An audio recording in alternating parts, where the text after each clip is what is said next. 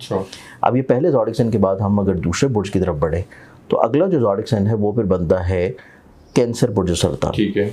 Cancerians वालों को देखा जाए तो इनकी ज़िंदगी में एक तो खाने माल का सितारा अपनी शर्फी पोजीशन पे आ रहा है, और ना सिर्फ वो शर्फी पोजीशन पे आ रहा है बल्कि इनके इनाम लॉटरी टिकट के साथ उसकी बहुत अच्छी कंजंक्शंस बन रहा है जो कि स्टार्ट हो जाएगा अप्रैल के पहले हफ्ते से। ठीक है। और ये बहुत इंपॉर्टेंट पोजीशंस हैं बुर्ज सरतान वालों के लिए कि ये अपनी ज़िंदगी में अगर कोई पैसा या इनाम या लॉटरी में या प्राइस बॉन्ड्स में अपनी किस्मत अगर आजमाना चाहते हैं तो उसके लिए 5 अप्रैल से लेके 20 अप्रैल तक का टाइम इनके लिए बहुत खूबसूरत है। ठीक है। कि इस टाइम में अगर ये अपने लिए प्राइस बॉन्ड्स खरीद कर रखते हैं तो उसका लग जाना यकीनी तौर पे नज़र आता है। ठीक है।